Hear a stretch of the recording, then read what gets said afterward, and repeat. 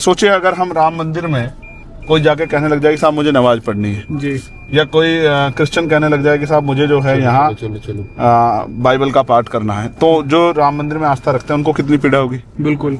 या कोई मस्जिद में जाके कहने लग जाए कि मुझे गीता पढ़नी है भैया, मुझे जो है महाभारत पढ़नी है, जी, तो उनको उनके मन पे भी क्या बीतेगी। या कोई क्रिश्चियन उसमें या गुरु घर में, हालांकि गुरु घर के लोग तो सबको इजाजत देते हैं कि भाई अपनी धार्मिक उपासना करो, उनका मत अलग है, लेकिन मैं सोचता हूँ इस तरह के अतिक्रमण ठीक नहीं है, तो उस पर वो रिपील होना चाहिए वो एक्ट, और उसको बुद्धिस्ट जो हैं उन्हीं के, और वो भी नकली बुद्धिस्ट नहीं, जो असली भारत में बहुत कम ऐसी जो हैं प्राकृतिक धरोहर है हमारे पास, जी, जो बुद्ध मत के लोग हैं, बुद्धिस्ट जो हैं, या जिनसे उनका विचार और आस्था जुड़ी हुई है, विश्वास जुड़ा हुआ, वो उसी एक पवित्र स्थल में से बोध गया है जहां भगवान बुद्ध को ज्ञान प्राप्त हुआ। अब ये समझो इस पूरी प्रक्रिया में कि वो जगह है जहां सिद्धार्थ गौतम से, राजकुमार सिद्धार्थ गौतम से बुद्ध जो है वो भगवान बुद्ध हुए। सिद्धार्थ से बुद्ध तक का सफर में वो बहुत बड़ा स्थान,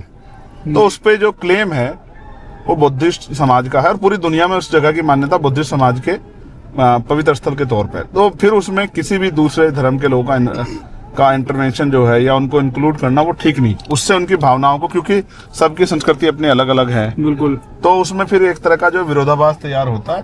तो अब उस विरोधाभास से जो है आपसी मतभेद पैदा होते हैं, तो इससे अच्छा सरकार को तो अपने स्वतः ही चाहिए था कि उस पे जो है इस तरह की चीजें नहीं करते। आप जाएंगे बोध गया?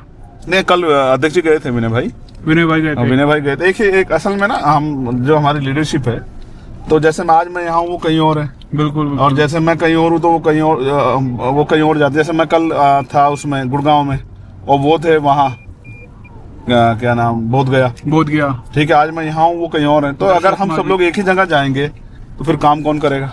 तो इस तरह से हमने अपने काम बांटे हुए, तो वो